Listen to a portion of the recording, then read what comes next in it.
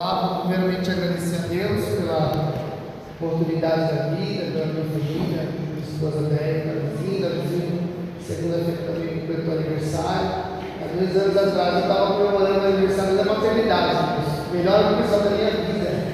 2 anos atrás, na maternidade, eu pedi licença para a enfermeira-chefe, porque a André estava sob restrição alimentar, deu muito sangue no parto. Aí eu fui lá e conversei com ela, hoje da André, e falei assim: olha, no meu aniversário, posso comprar um pedacinho de bolo para comemorar no quarto? Ela falou: um pedacinho pode, eu falei: eu também.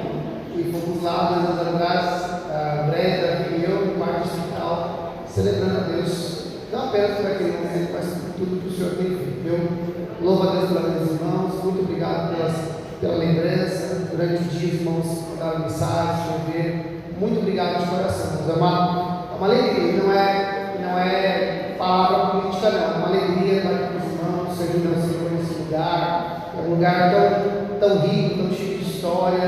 E é muito bom servir ao Senhor nosso Deus. Então, Deus seja louvado pela vida de cada um de vocês, de todo o meu coração. Tá bom, irmãos? Receba isso com muito carinho. E eu gostei da estratégia de começar primeiro, porque aí se eu tivesse uma palavra mais dura, eu teria que repensar, irmãos. Como é que a gente faz uma palavra mais dura depois?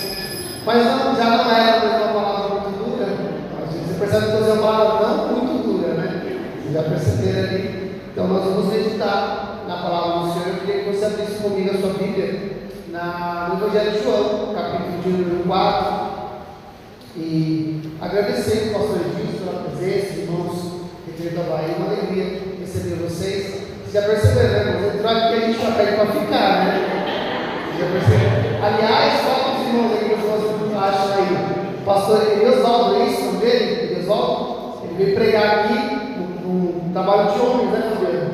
E aí o irmão trouxe aqui um grupo de irmãos da igreja dele, a Assembleia de Deus, a Assembleia de Deus, os irmãos na cara do pastor. Se quiser, fica com a gente. Eu acho que ele não percebeu, ele não ligou, porque depois eu jantei com ele, não disse nada, né?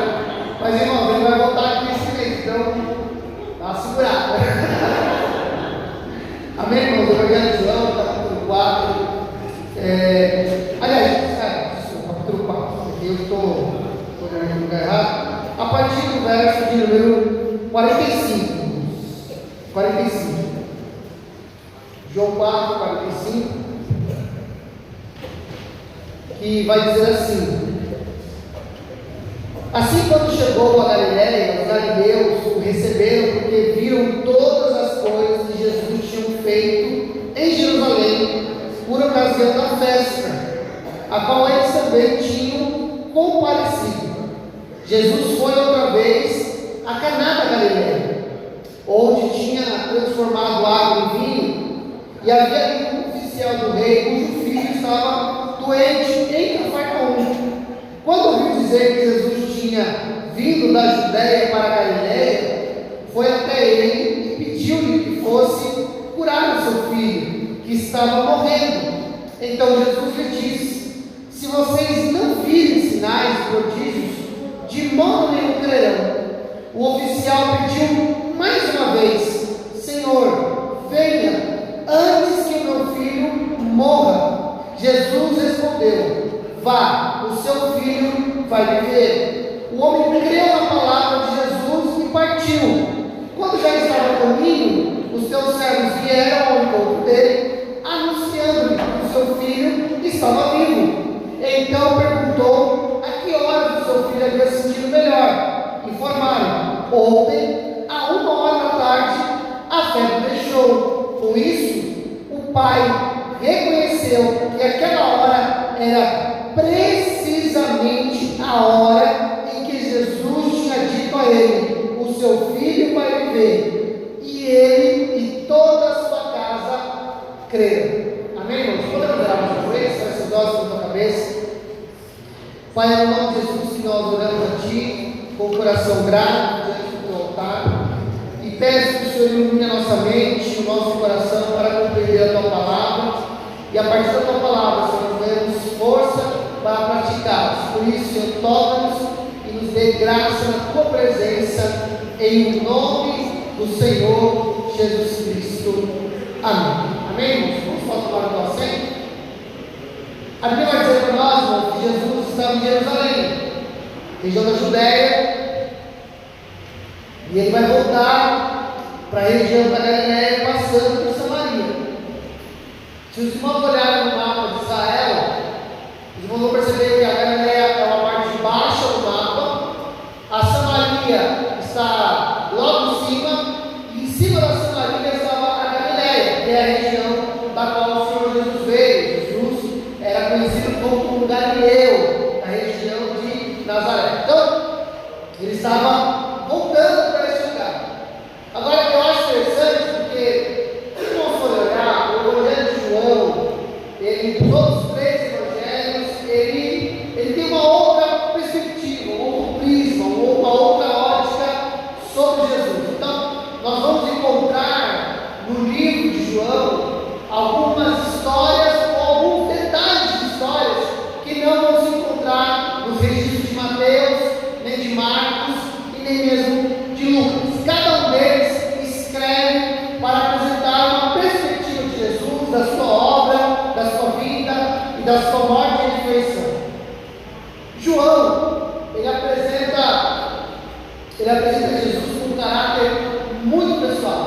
Ele é um livro cheio de diálogo, cheio de conversas. Então você vai ter ali registrado no livro de João, capítulo 2, por exemplo, os irmãos vão ter registrado quando Jesus faz o primeiro milagre, quando ele transforma 600 litros d'água em 600 litros de vinho. 600, quando a gente lê, parece que Jesus transformou uma jarra, o suco de uva ali no tanque, mas não, foram 600 litros, irmãos, de água transformados em vinho naquele lugar. Então você vai ver o diálogo de Jesus com a sua mãe. Capítulo 3, você vai ver o diálogo de Jesus com o Nicodemos.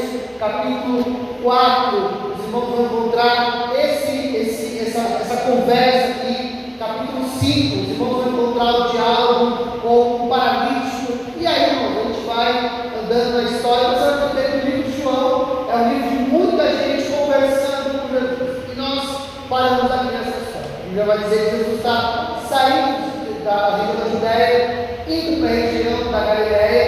E aí ele vai dizer a primeira informação para nós aplicarmos.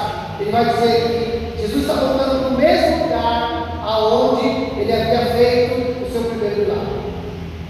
Às vezes, quando nós temos o hábito, a maneira de achar que o que Jesus fez, ele só fez uma vez, e para viver um outro milagre, para viver uma outra coisa, nós precisamos ir para outro lugar, nós precisamos mudar alguma coisa diferente. Eu quero dizer que nem sempre vai ser assim.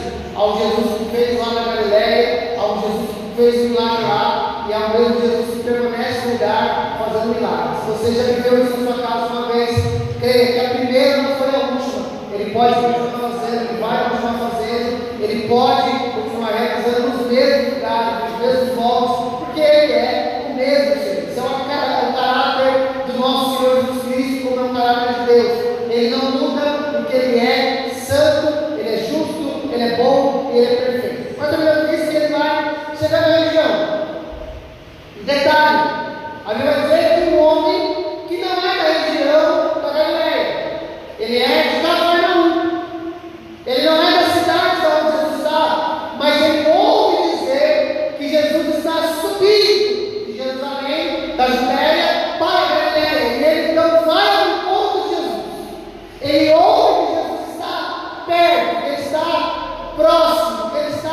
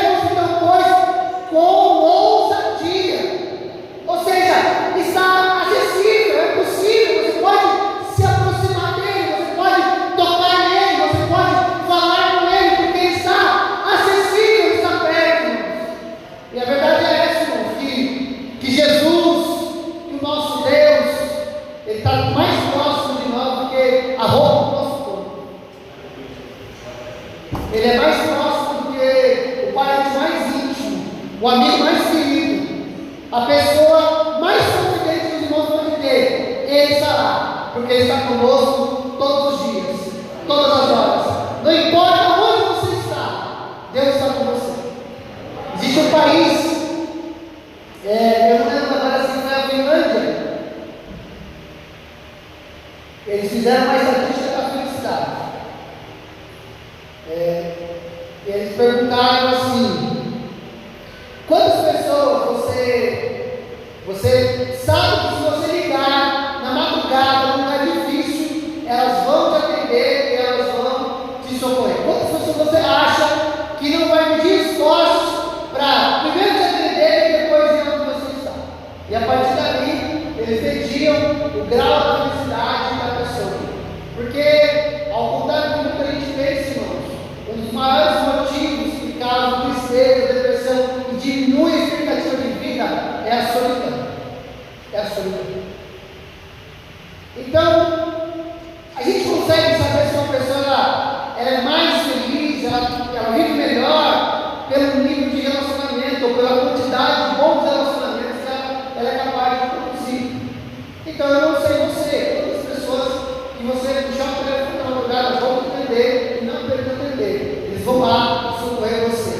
Nós, irmãos, nós somos felizes, sabe por quê? Porque nós sabemos que não importa o dia, não importa a hora, não importa o local, não importa a dificuldade, há um Deus que sempre está com os ouvidos atentos para ouvir o que eu e que você estamos pedindo, orando, necessitando. E Ele vai a Jesus, Ele vai lá onde Jesus estava, Ele se mexe, se posiciona e Ele vai em direção a Jesus. A Bíblia vai deixar claro para nós, irmãos, que os motivos pelos quais as pessoas têm a expectativa de Jesus, o motivo pelo qual o próprio homem tem sobre Jesus, é pelas coisas que Jesus fazia, os milagres que Jesus fazia. Aquele homem então se aproxima e ele tem uma demanda, ele tem uma situação, o filho dele.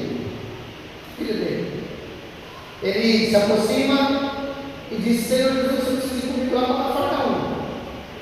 Meu filho está doente, ele está à beira da morte, e eu preciso que o Senhor vá para lá. Você precisa ir comigo.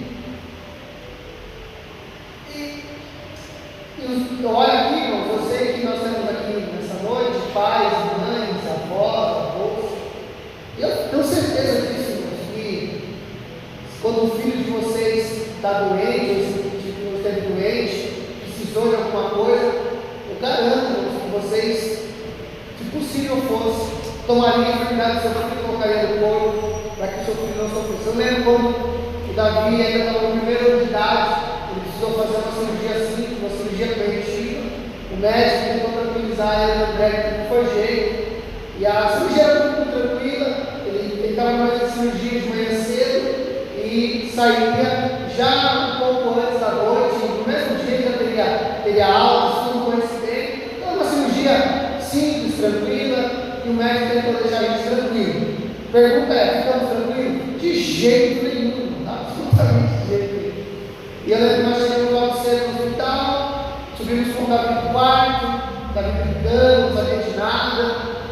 E aí a médica veio, por favor, e falou assim: olha, os dois vão precisar descer para fazer cirurgia junto com ele. Aí depois ele sedar, sai do lugar de cirurgia e espera lá fora.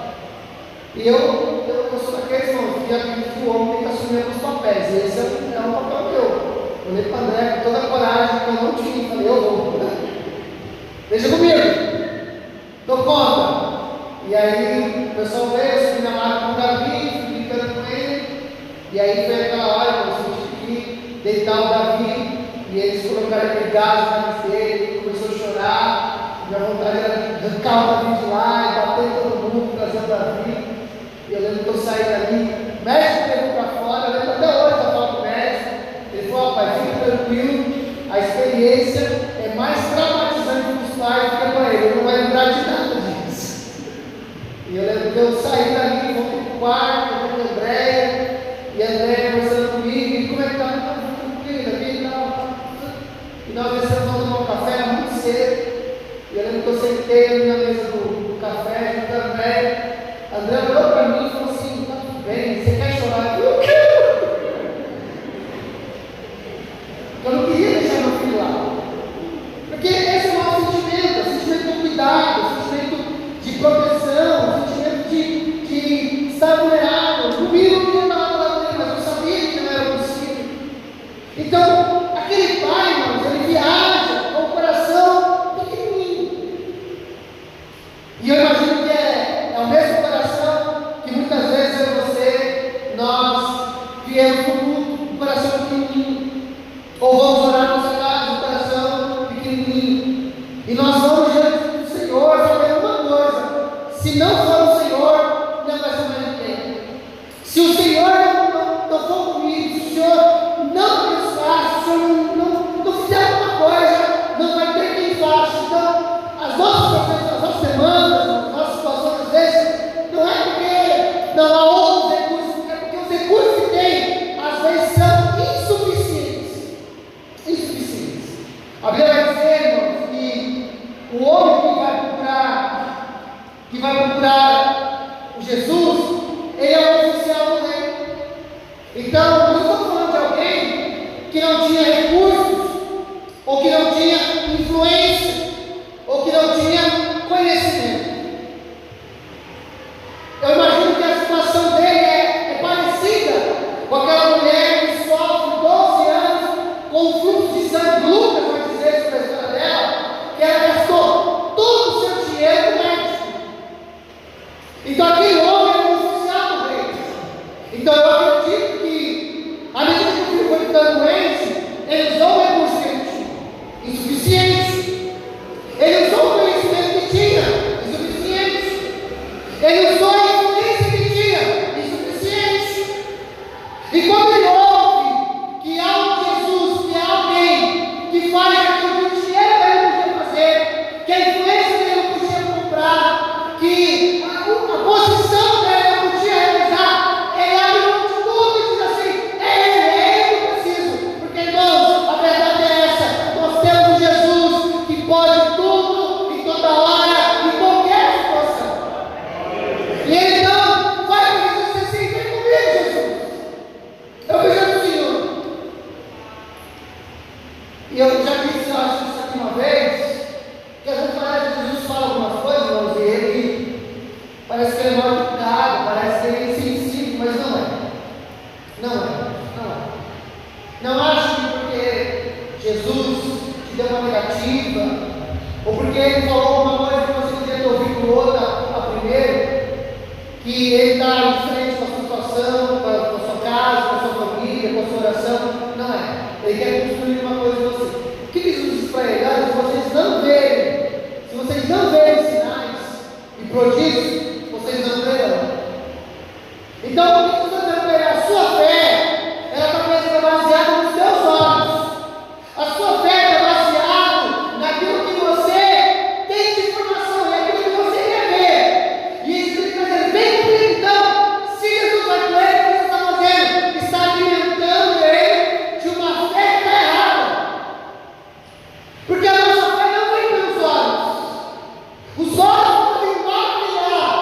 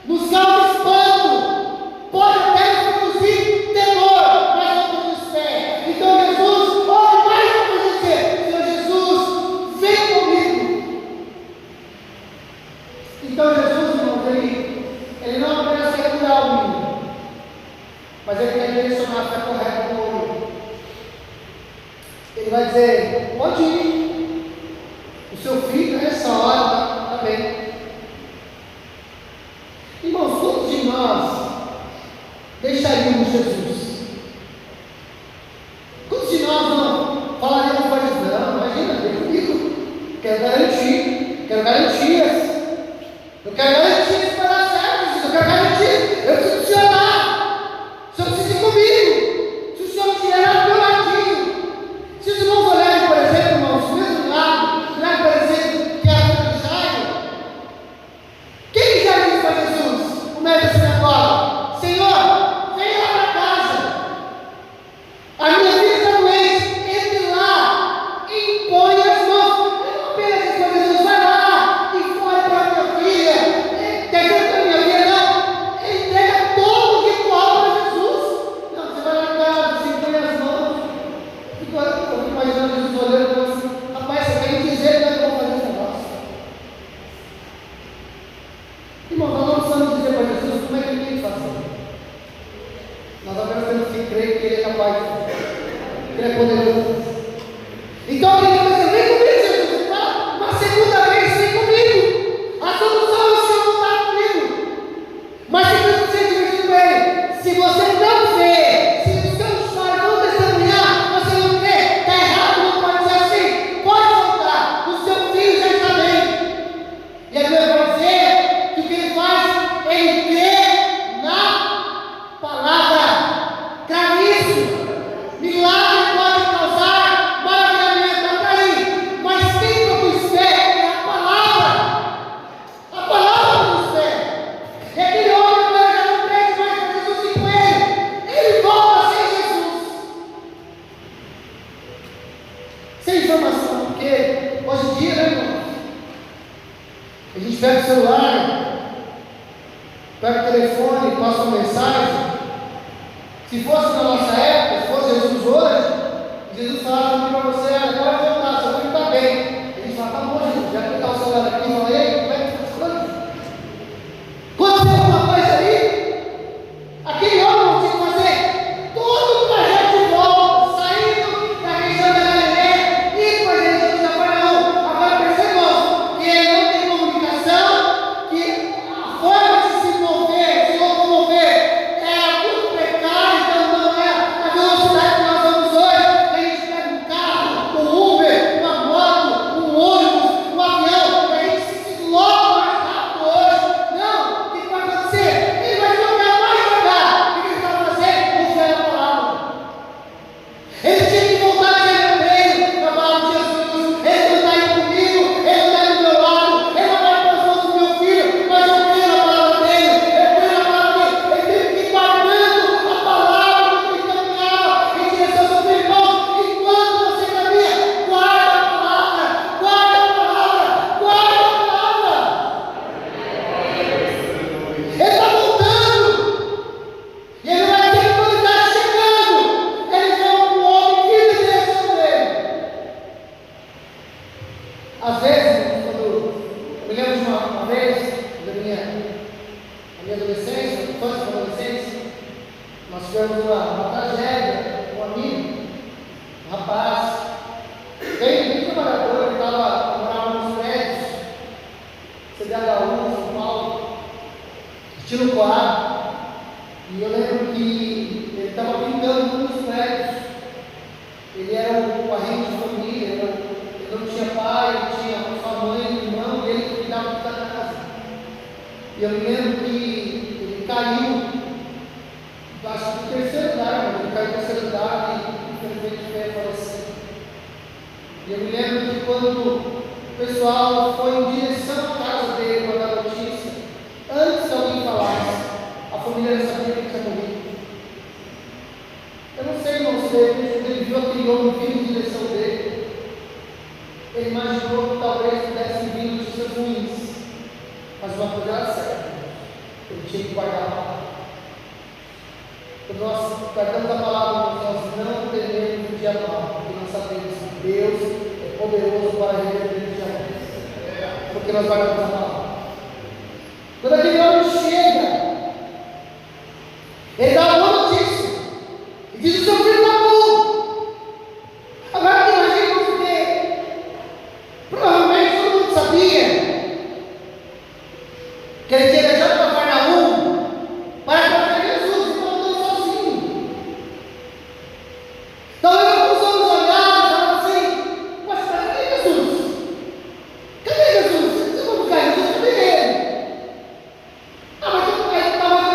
de apanhar, agora não precisa.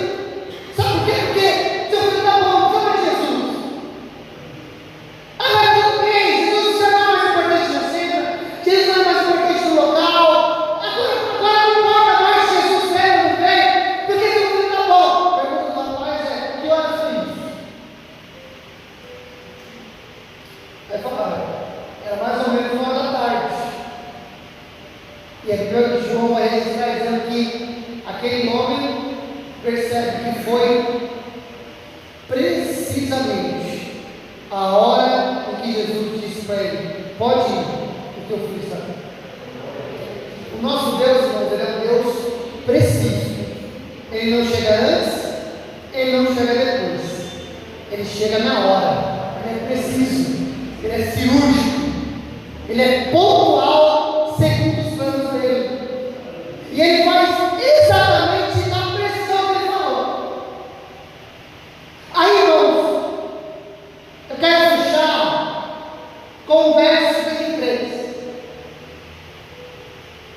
Ainda vai dizer o seguinte: com isso, o pai reconheceu que aquela era precisamente a hora em que Jesus havia dito: o seu filho vai vir. Agora, presta atenção em mim. Ele tinha que guardar a palavra. Ele foi direção. Quando ele pergunta que horas foi, e ele percebe que foi exatamente na hora, aquela fé é consolidada. A minha só fé precisa ser consolidada. Na verdade, irmãos, ela não apenas precisa ser consolidada, mas ela precisa ser crescente. Para ela crescer, primeiro tem que guardar. E depois a gente precisa testar, colocar ela em prática. E a Bíblia diz que ele crê. No final do verso vai dizer: ele e toda a sua casa creu. Lembra que Jesus disse lá? Se vocês não virem, se os olhos de vocês não virem, vocês estão a morrer. Vocês estão vendo milagres, vocês estão vendo prodígios, vocês estão vendo alguma coisa. Está errado, não pode ser assim. Jesus não faz mistério, meu filho. Jesus apenas dá uma palavra. Agora, irmãos, preste atenção nisso. Porque naquela família, somente uma pessoa tinha toda a informação.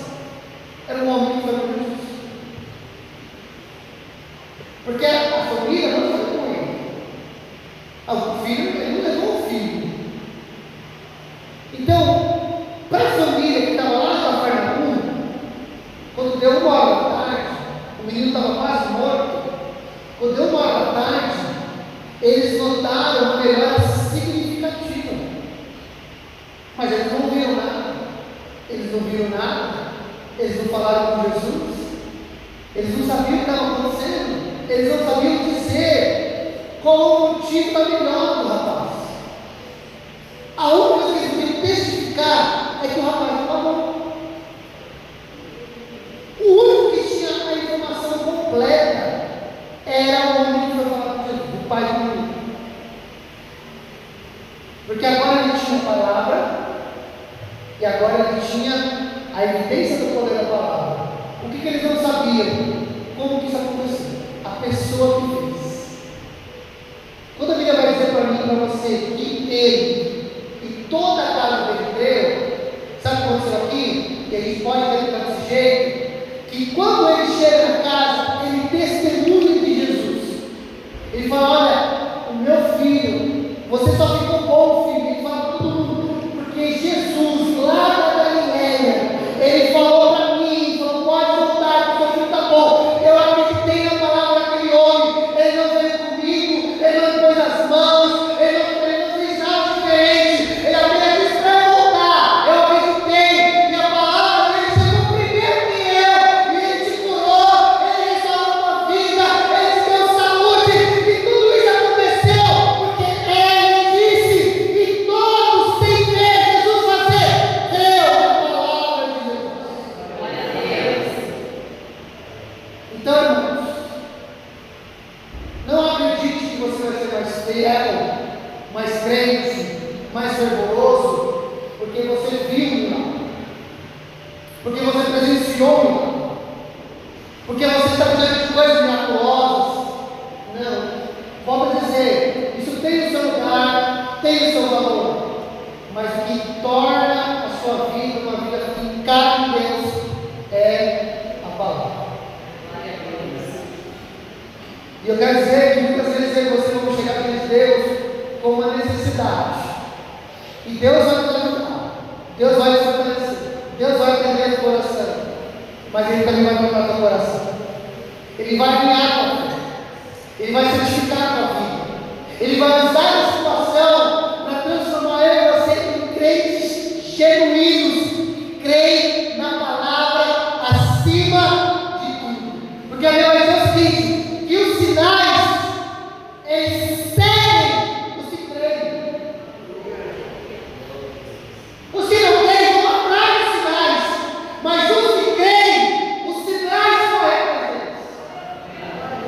Então, eu não sei você, mas eu não tenho olho na dúvida.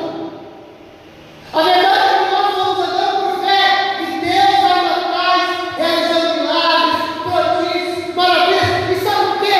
Porque os nossos olhos não estão no milagre, os nossos olhos estão na palavra.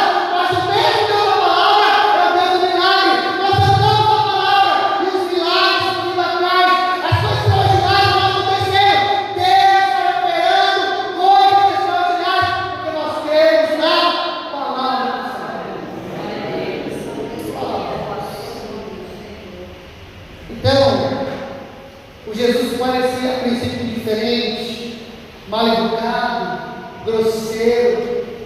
Ele prova para mim e para você que ele não é nada disso. Ele é apenas um Deus, polindo a minha e a tua fé, moldando o meu e o teu caráter, para que a gente seja firmado na verdade. Na verdade. Na verdade. E é isso que nós precisamos, pelos nossos dois pés, fincados na verdade, que é a palavra de Deus. Amém, irmãos? Podemos orar em nome de Jesus? Pode ficar de pé, eu quero orar com você, no nome do Senhor Jesus Cristo.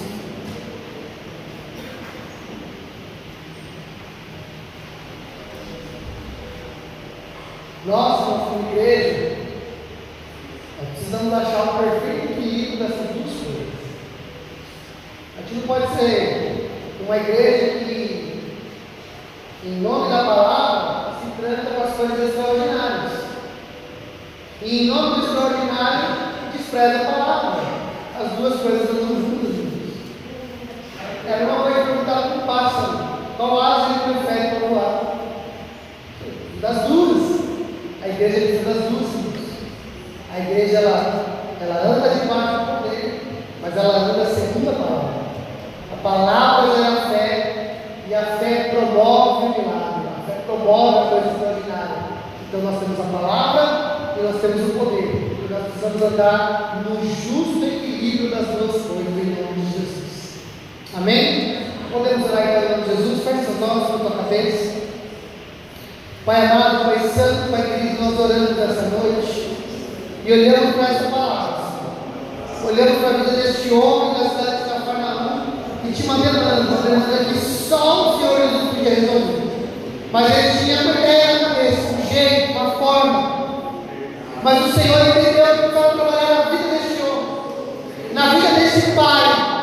E eu sei, Deus, que o Senhor usa situações difíceis, contrárias, adversas, para mudar a nossa vida, para mudar o nosso caráter, para alinhar a nossa fé. E eu oro, Senhor Jesus Cristo, que à medida que isso acontecer, nós possamos nos agarrar à palavra, viver na palavra, crer na palavra e caminhar por ela, mas sabendo que o mesmo Deus da palavra é o Deus que faz coisas milagrosas, extraordinárias, mas a nossa vida ela precisa estar firmada na tua palavra. A tua palavra é fonte de justiça, é fonte de fé, é reveladora da tua pessoa. A tua palavra nos santifica, nos purifica, nos serve, nos sustenta, nos levanta. E eu oro, Pai, para que nós sejamos uma igreja cheia da palavra de Deus, onde a verdade de Deus é pregada, é falada, é ensinada, é vivida, é exemplificada, Senhor amado, em nome de Jesus.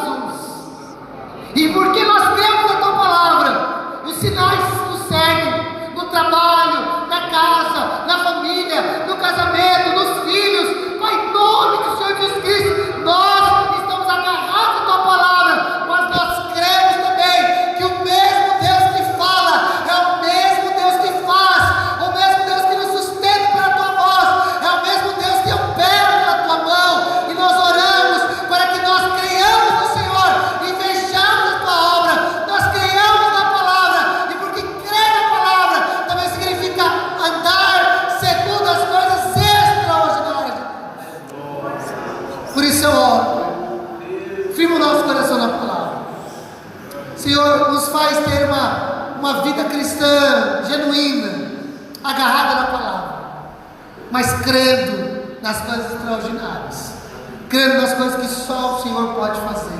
E eu peço essa graça sobre cada um de nós, em o nome do Senhor Jesus Cristo. Amém. E graças a Deus. Amém, irmãos? Você pode aplaudir o Senhor bem forte.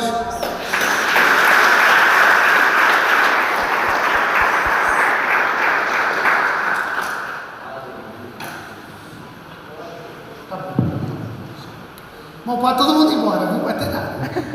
David, tchau, boa noite, Deus abençoe a sua vida. O David, eu vou falar isso dele. O David mandou mensagem logo cedo. Falou, pastor, leva bolo. Eu falei, irmão, eu vou levar bolo? Brincadeira, Deus. O Emerson não. O Emerson tá, pode ficar, viu, Emerson? Irmãos, sábado agora nós temos batismo e ceia regional. Então eu quero reforçar para os irmãos estarem aqui, participarem. É um tempo de nós estarmos reunidos aqui, celebrando a Deus. Vamos ter 16 candidatos a batismo, né, pastor Carlos? Que diminuiu já, não vou perguntar mais não, vai para 14. Então. Por causa da... Eu vou conversar com o pastor Davi Lantati, pode deixar. Ele é meu amigo, aleluia! Que o grande amor de Deus. Então, irmãos, foca aqui, Então. Desculpa, irmãos, eu devia ser mais sério, mas eu não consigo. Sábado, então, às 19 horas, nós temos batismo e ceia regional. Os obreiros, os diáconos, diaconisas, cooperadores, os nossos irmãos, nós precisamos de todo o nosso efetivo aqui, irmãos, para poder servir a nossa regional, servir os nossos irmãos, estarmos aqui juntos celebrando o nome do Senhor Jesus Cristo. Amém, irmãos? Amém? Domingo, nosso culto de missões, traga a sua oferta missionária, é muito importante que nós estejamos aqui. Nós vamos ter notícias do campo missionário, vamos orar pelo campo missionário, também vamos ofertar para o campo missionário. Amém, irmãos? Amém? Agora sim, vamos orar, vamos agradecer a Deus. Queria chamar aqui o pastor Vanderlei para fazer o encerramento, pode ser, pastor? Amanhã, às 19 horas, tem ensino aos candidatos do batismo. Então estejam aqui amanhã, às 19 horas, que vai ter a instrução de batismo, tá bom? Então, fechou, tá bom. Aí, pode ficar, porque vai ter bolo, você já viu, né? Amém, meus irmãos? Vamos orar. Grande Deus, Pai poderoso, nós te louvamos, te glorificamos, ó Deus, pela tua palavra que foi ministrada, pregada nessa noite. Estamos, ó Deus, diante de ouvir a tua palavra, Senhor, que nessa noite, ó Deus, obrigado, Senhor, por esta oportunidade.